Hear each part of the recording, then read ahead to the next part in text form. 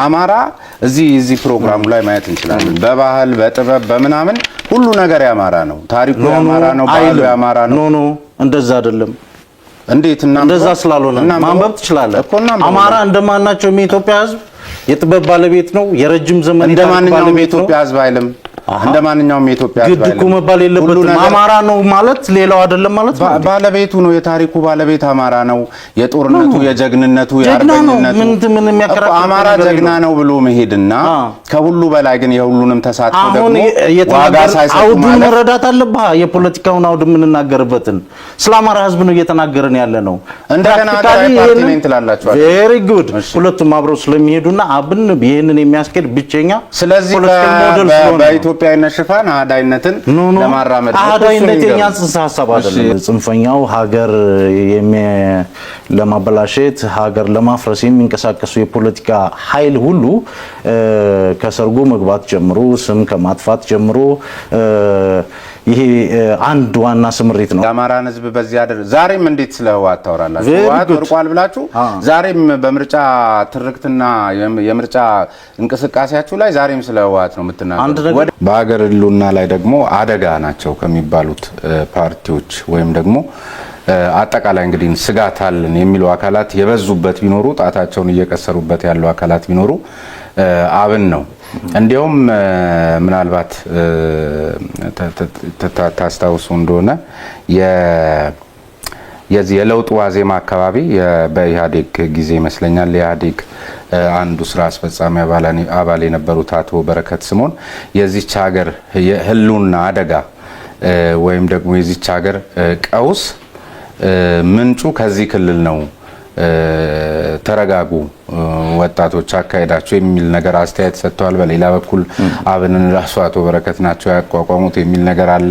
ምልህ ያው እንደ እንትንም ብናየው ዞሮ ዞሮ በእናንተ በኩል ሀሜትም ቢሆን መልስ ማግኘት አለበት። ግን ከዚህ ክልል የኢትዮጵያ አንዱ የግጭት መንስኤ ምንጩ ከዚህ ነው። ማነው ሌላ ጉዳዩን ግን አሁን የሚበዙት ደግሞ ወደ እናንተ ጣታቸውን ሲቀስሩ ምናልባትም እናንተ ራሳችሁ የሀገሪቷን አደጋ ከሉና ለመጠበቅ በሚል ነገር በተንቀሳቀሱም ራሳችሁ ያደጋ ምንጭ እየሆናችሁ ነው በሚል ብዙዎች ናቸው የሚናገሩት። ሰሙታላችሁ ብዬ አስባለሁ። እዚህ ላይ ምንድነው ሐሳቡ? በመጀመሪያ የሀገሩ ላንድስኬፕ የፖለቲካም የመረጃም ላንድስኬፕ በጣም ዲስቶርትድ የሆነ መሆኑ ከግንዛቤ ውስጥ መወሰድ አለበት። አሁን ማን ቅን ነው፣ ማን እኩይ ነው፣ ማን ትክክለኛ መረጃ ያቀርባል፣ ማን መረጃዎችን ያዛባል የሚል ሀገራዊ ማህበራዊ መግባባት ላይ ራሱ አይደለም ያለ ነው። ቱ ቢ ኦነስት ማለት ነው። ሚስ ኢንፎርሜሽን ዲስኢንፎርሜሽን ካምፔን ዘ ኦርደር ኦፍ ዘ ታይም ነው ማለት ይቻላል። አንድን የፖለቲካ አካል በተለይ በጎ የሆነውን ሀገራዊ የሆነው በቀጥታ ከማጥቃትም ባለፈ ካራክተር አሳሲኔሽን ስም ማጥፋት ገጽታ የማዛነፍ ስራ አንዱ ስምሪት ነው። እንደ አብን ልምጣለህ።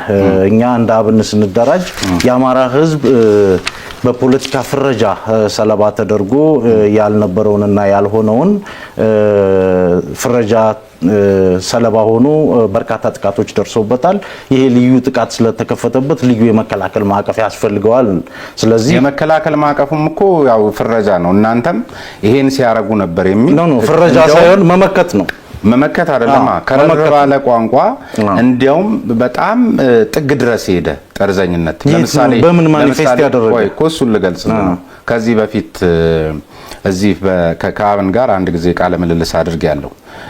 በዚያ ደረጃ ትምክተኝነታችሁን በይፋ ነው የተናገራችሁት።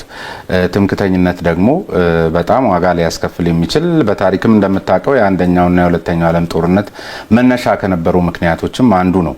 ከዚያ ባሻገር አንድ የፓርቲያችሁ ስራ አስፈጻሚ አባል ሲናገሩ የሰማሁትን ነገር እንግዲህ አንተም ታውቀዋለህ ወይም ቃለ ምልልስ ነው የሰጡት።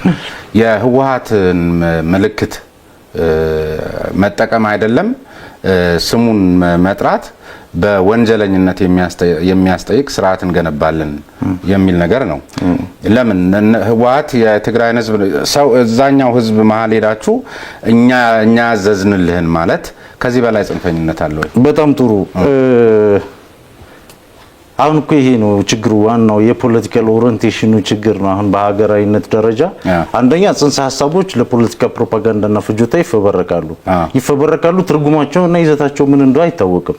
ትምክተኝነት፣ ጠባብነት ጽንፈኝነት የሚባሉ በርካታ የፖለቲካ ቮካቡላሪስ እየተፈጠሩ ትምክህት ማለት ራሱን ከሌሎች ሁሉ የበላይ ነኝ ብሎ የሚያስብና የሚያይ የራሱን ብሔር ከሁሉ በላይ ነው፣ ቅድሚያ ሊኖረው ይገባል፣ በዚህች ሀገር ላይ ይሄን የነበረ ይሄን የሆነ ወደፊትም ይሄን ሊሆን የሚችል እዚህ መግቢያው ላይ ብንሄድ ለምሳሌ በሀገሪቷ የታሪክ ባለቤት፣ የባህል ባለቤት፣ የጥበብ ባለቤት እንደገና የአመራር ጥበብ በአስተዳደር ኦርደር ያስያዝን ብንነጋገርበት ይቻላል። እሱ ማለት ነው ትምክህት። ዝም ብሎ ቃል አይደለም።